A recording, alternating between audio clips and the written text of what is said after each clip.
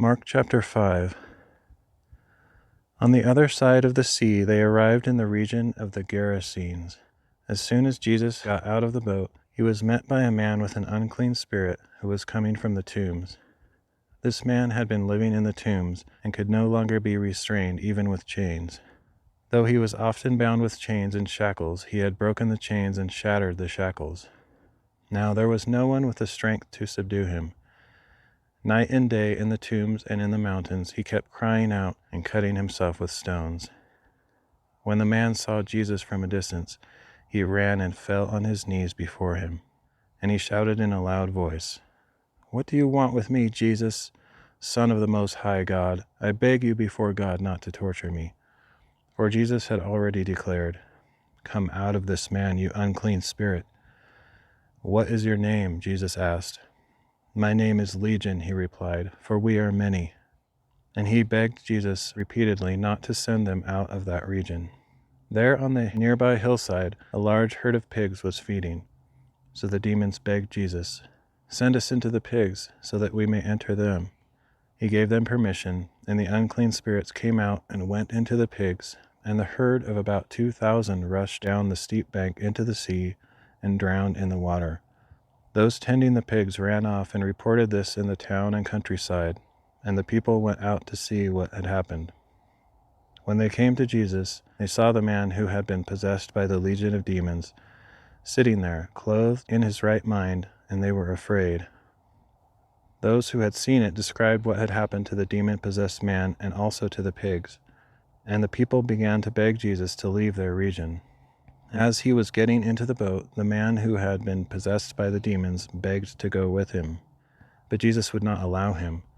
"Go home to your own people," he said, "and tell them how much the Lord has done for you and what mercy he has shown you." So the man went away and began to proclaim throughout the Decapolis how much Jesus had done for him, and everyone was amazed. When Jesus had again crossed by boat to the other side, a large crowd gathered around him beside the sea. A synagogue leader named Jairus arrived, and seeing Jesus, he fell at his feet and pleaded with him urgently, "My little daughter is near death. Please come and place your hands on her so that she will be healed and live." So Jesus went with him, and a large crowd followed and pressed around him. And a woman was there who had suffered from bleeding for 12 years. She had borne much agony under the care of many physicians, and had spent all she had, but to no avail. Instead, her condition had only grown worse. When the woman heard about Jesus, she came up through the crowd behind him and touched his cloak. For she kept saying, "If only I touch his garments, I will be healed."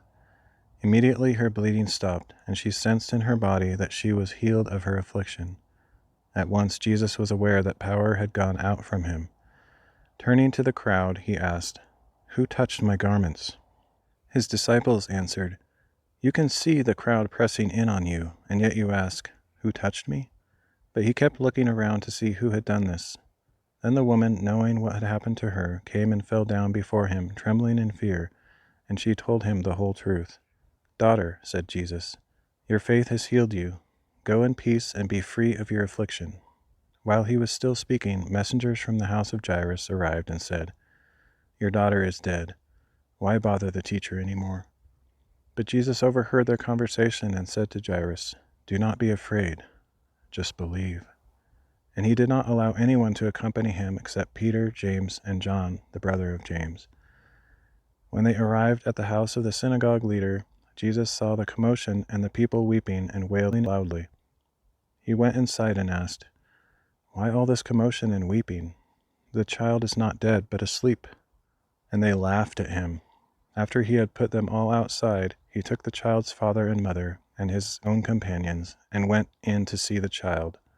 Taking her by the hand, Jesus said, or Talitha cum, which means, "Little girl, I say to you, get up." Immediately the girl got up and began to walk around.